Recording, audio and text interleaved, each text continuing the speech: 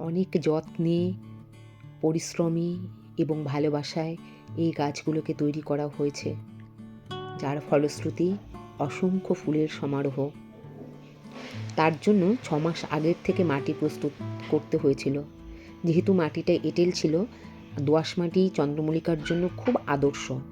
তার জন্য ওই এঁটেল মাটি গুঁড়ো করে শুকিয়ে তার মধ্যে বালি মিশিয়ে, ভার্মি কম্পোস্ট মিশিয়ে তৈরি করা হয়েছে। প্রথমে বীজ থেকে চারা তৈরি, তারপরে একটু বড় হয়েছে, বড় হওয়ার পরে রিপটিং। লক্ষ্য রাখতে হয়েছে যেন পোকা না কেটে ফেলে, আক্রান্ত না হয় এবং বড় হয়, বেশ সাইজে যেন খুব সুন্দর হয়, কারণ এরা সব পুষ্প প্রদর্শনীতে যাবে। কি অপূর্ব দেখতে দেখুন, নানান রঙের, কি সুন্দর দেখতে এক একটা কালার। এরা সব পুষ্প প্রদর্শনীতে চলে যাবে, আমিও যাব। আমার কিন্তু সব থেকে প্রিয় সাদাও আছে।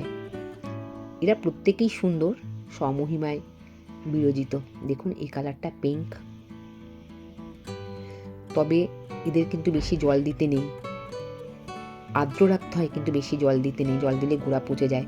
নিকাশি ব্যবস্থা ভালো রাখতে হয়, যাতে পোকামাকড় আরও কামড়ে না দেয়, পোকামাকড়ে আক্রান্ত না হয়, তার জন্য লক্ষ্য রাখতে হয়, মাঝে মাঝে স্প্রে করতে হয়। কিন্তু ফুল ফুটে গেলে ফুলের মধ্যে জল দিতে নেই, তাহলে ফুল নষ্ট হয়ে যায় বা কুঁড়ি নষ্ট হয়ে যায়। গোড়াতে জল দিতে হয়।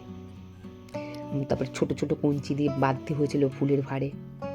অপূর্ব দেখতে, খুব সুন্দর,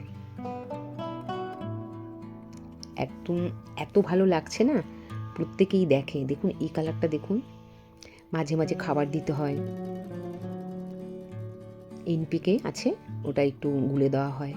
সবাই ভালো থাকবেন, থ্যাংক ইউ ভেরি মাচ।